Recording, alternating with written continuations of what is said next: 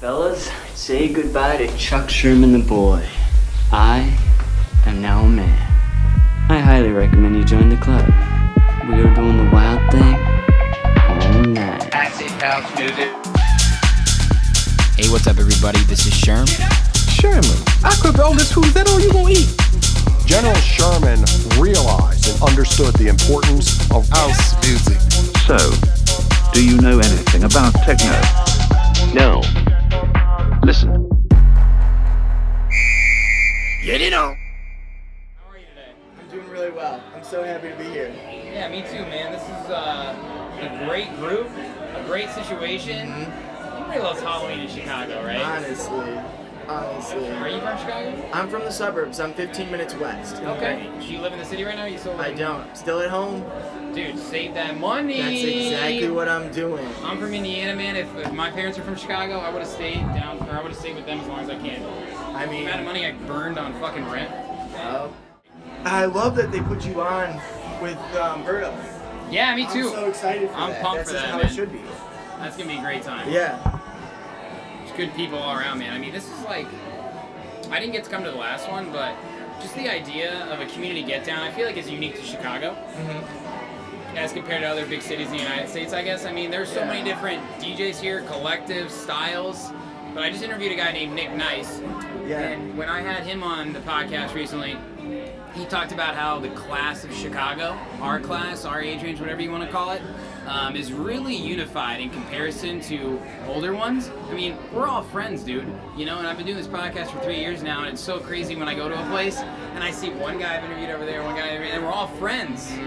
And it's not like some cliquey shit like in high school, you know? It's Not at all. Everyone wants everyone to be there and be better. yes. And so it's like they're waiting for their friends to come, and it's like if one person's succeeding, we're all succeeding.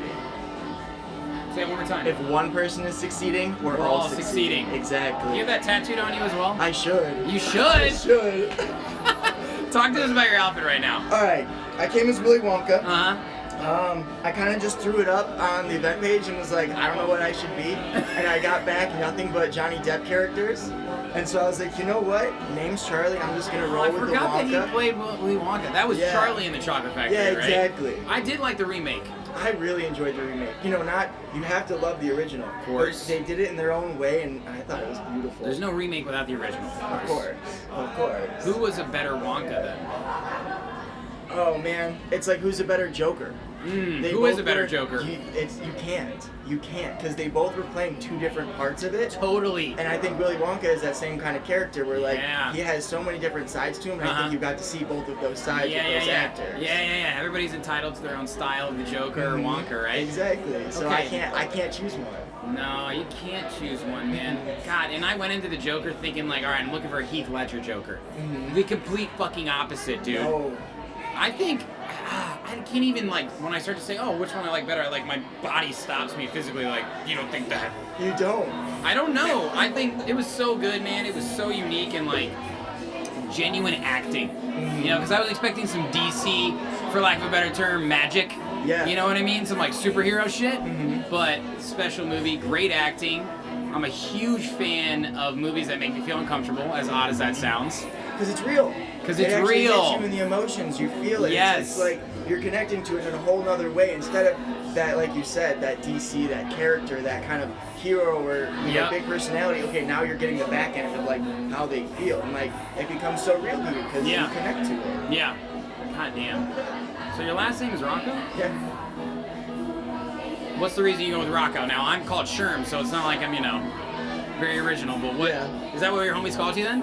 I mean, yeah, everyone kind of just, if you know my personality, Yeah. you call me Charlie. Okay. If you're kind of just like getting to know me and we kind of just like vibe out, I'm Okay. Rocco. Okay. Right? Yeah, I so like it's that. like once you kind of understand, like, I'm very off the beaten path, I'm weird, I'm awkward, like, then it's just like, all right, it's just fucking Charlie. Yeah, Like, man. It's just this kid. You seem like you're So- comfortable in your own skin, though. That's for fucking Try to sure. be. Cheers to that. Try to I'm be. weird, too. I mean, We gotta like, be. You gotta be with the weirdos. We're all weird out here, man. So Going your back friends to are from the that suburbs? Mhm. Yeah, always. Were your parents from Chicago, too? So my parents both grew up in Oak Lawn. Okay. Yeah, so kind of south side. And then, yeah, I mean, I've lived there my entire life. Yeah? My entire life. Same house? No, I think we've been in this house for 19 years. Okay. I'm 24, so Okay. yes, but no. Was music a part of your life growing up then? It was, but not like this. Really? I was, Like but not house like music this. wise? No, my parents never listened to it. My dad is very like classic soul music, so I kind of got it there, but like nothing with like that beat, that kind of drive you want. Sure, of And my course. mom was kind of just your hippie, so it was a lot of like B-52s, Patti Smith. All right. Yeah, just kind of like like that. you know, Journey type of thing. She still got some really cool old records that I Right. go through. But music was a part of your life. Yeah, When did electronic music come into your life then? I'm gonna say 2016. Okay. Yeah, I was into it a little bit before there, but I didn't really know what I was doing, what kind of Like at a direction. party or something casually. Yeah, exactly. And Yeah. then, you know, one of my best friend's older brother who was just like all into it, kind of took us to our first, you know. The older brothers have so much influence, don't they? God. Oh my God. It's It's insane. he's our guru. He still sends us tracks. He kind of gets us in the right place and kind of really opened the door for What's his us. name? His name is Johnny Gabus. Johnny Gavis. Shout out to Johnny, baby. Shout out to Johnny Gabus. He's the guru. That's awesome, man. What was some of the first electronic music you liked then, artist-wise? So I went to Reaction New Year's Eve 2016 at Okay. the Stevens Convention Center. Yep. And I went for Chance. Okay. Because I'm a huge Chance fan. Right. And during Chance's set is Cashmere Cat and Get Real. Oh. And he grabs my arm and he goes, I will make you go to Chance, but you have to stay to Cashmere Cat for 10 minutes. Okay. Like, I will make you go, but you have to just at least experience this. Yeah. And I think I only caught like 10 minutes of Chance. Like, I went to go catch Chance and I was like, okay, the bass is too high, you can't really hear him. I'm going back to Cashmere Cat. Wow. And then Get Real closed it out, and I just remember it was that moment of like, oh, and you're like, people do this? Like, this is incredible.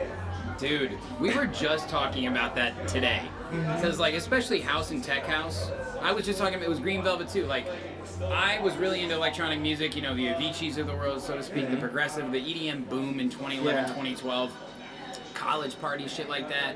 I didn't get into house until probably 2.5, 3 years ago. And I remember watching a Tomorrowland live set, and it was like, oh, Green Velvet recommends.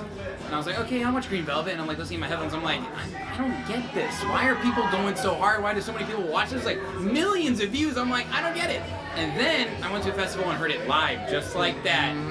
And there's something different, right? It's the feeling, it's the experience, and it's not like going to a rap concert. And there are some rappers, like I'm a huge Travis Scott fan, it's very engaged with the crowd, and Chance does a good job too. Yeah. But there's something about the connection that a house DJ has with the crowd and how he kind of just brings everything together. You feel like he knows you're there and he's like, hey, how you doing? You know? I don't know what to say. You hit the nail Did on I the hit head. it? Man. You hit the nail on the head, man. That was beautiful. My God, yeah. Yeah. So that was your first exposure to house music then? And was Velvet and Claude just like the stepping stone for you? Yeah, I mean, they tore it down for me. And then from there, it was the next year I went and I got myself a little SBJ too. Yeah. You know, just to like try to practice. First night I got it, I almost threw it out the window because I was like, what the hell are you doing? You don't know what you're doing. Like, you shouldn't have spent the money on this stupid thing. Like, and then I was just like, all right, just go back inside, like play a song out of it, just see how you feel. And from there, I was like, okay, like it's not about trying to DJ. It's more about let's get this music together. Yeah. And let's curate a vibe. Yeah. And then it was just everything I could get my hands on. I was I 2 love hours that. a day trying to find new tracks. Bedroom festival stuff? All day. All day. So you're in between self-taught. college classes. I In was between college. spending 30 minutes just fucking around. When did 'cause you I first live start so playing close. shows then? This summer.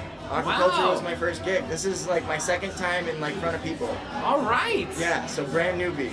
Dude, I love it, man. I love the confidence, man. Let me tell you this. Don't stop smiling.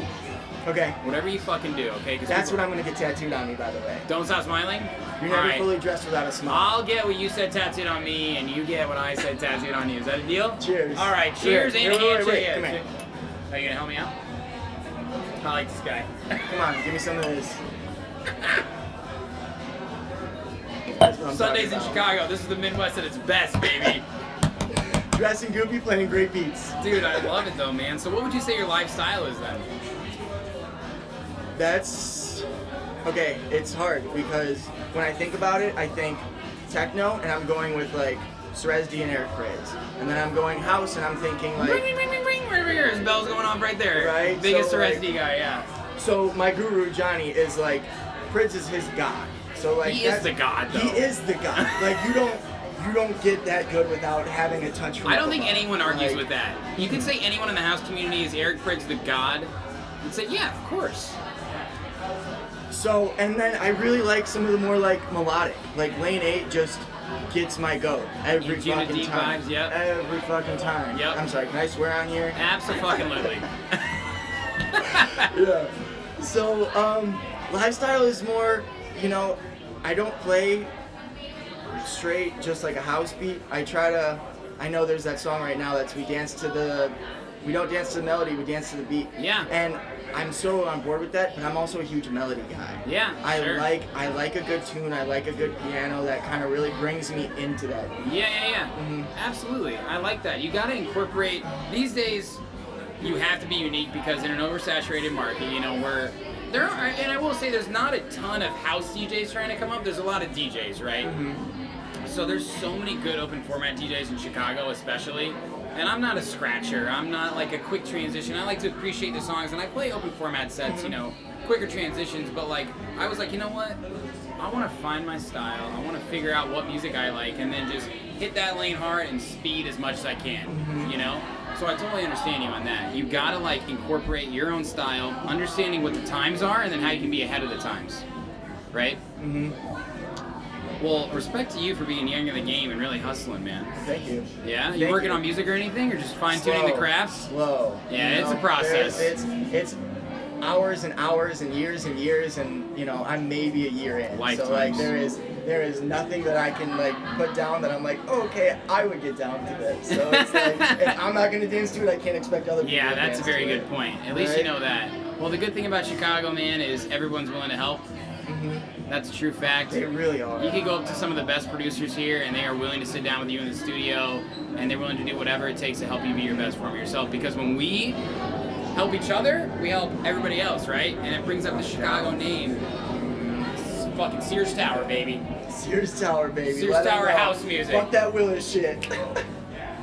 Yes. Right? Yes. Fuck the Willis. It's the Yes. Sears Tower. Exactly. It's the Sears fucking I mean, Tower. anyone that says differently, they can come talk to me. And me. Yeah, exactly. Come talk to us. Come talk to us. So what was your best memory of the summer? Wow. Electric Forest this year was incredible. Okay. Electric Forest was incredible. It was. Okay, I lied. This is actually the third time I've played.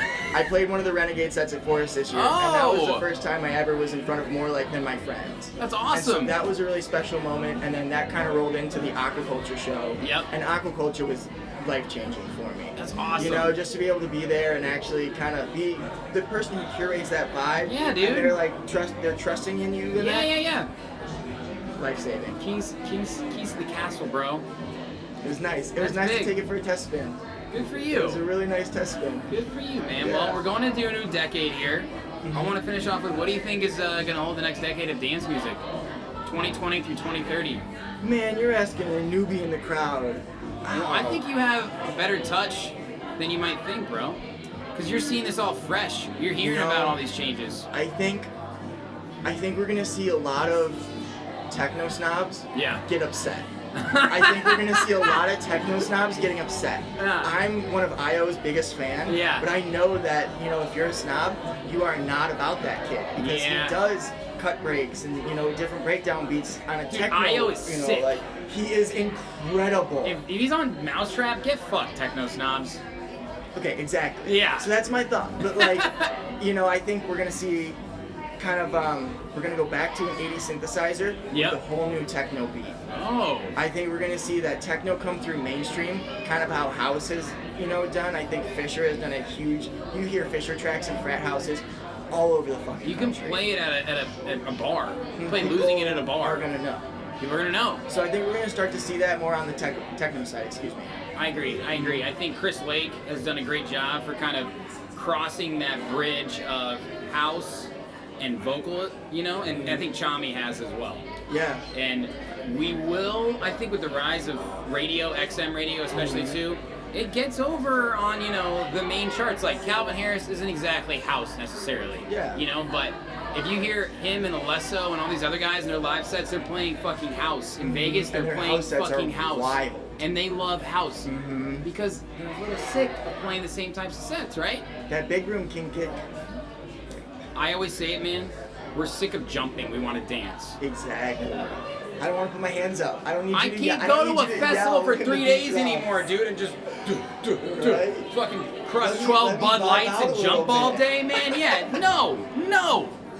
Crush Fucking 12 Bud Lights and jump all day. Yeah, 3 days in a row. When I was 20. Yeah. Yeah. That was good for the year. And Yeah, then that my was- knee started to That give was out, good and for I'm my like, health. I Yeah, I was need like, to vibe a little this is bit. good exercise. I was like excited how many calories I was burning. Now I'm like, oh god, I'm Checking getting your Fitbit after You know. each set. Apple Watch, baby. Yeah. Starting run now. Beautiful. Awesome, man. Well, it's been a pleasure to have you Hey, on. I'm thank excited you. to see It's your all set. mine. Thank you. Shout out to Rocco. You know it.